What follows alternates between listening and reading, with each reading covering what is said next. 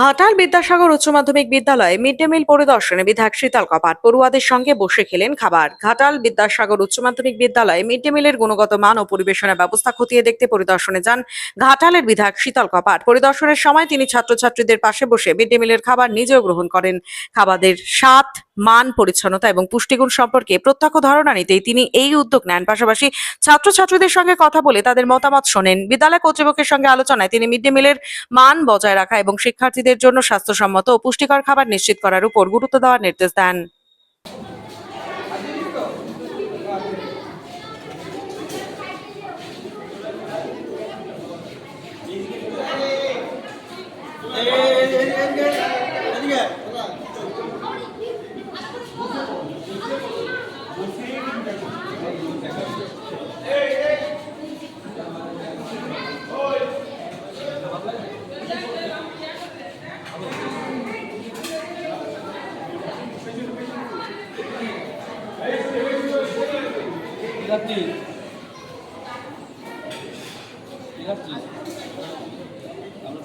ডিম ভালো লাগছে মাংস হয়।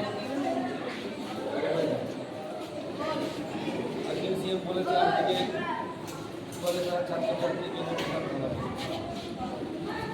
ভালো গো। তোমার নাম কি?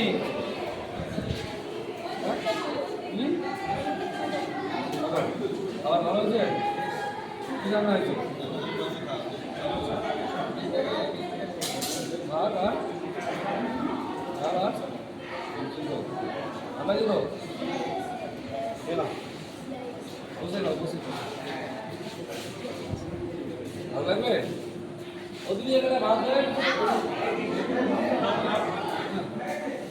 ভালো লাগছে মন শান্তি করে দাও। এই মামারা খাবার প্যাকেজ বানিয়েছে এখানে মাছ লিম সব রকম থাকবে। তোমার নাম কি? নাম কি তোমার? কি খাবার হয়েছে? কি ভালো লাগছে? আর কি ডিমের সঙ্গে ভালো লাগলো? সিএম বলেছেন যে আজ থেকে ৪৪,০০০ ছাত্রছাত্রীদের জন্য স্পেশাল খাবার।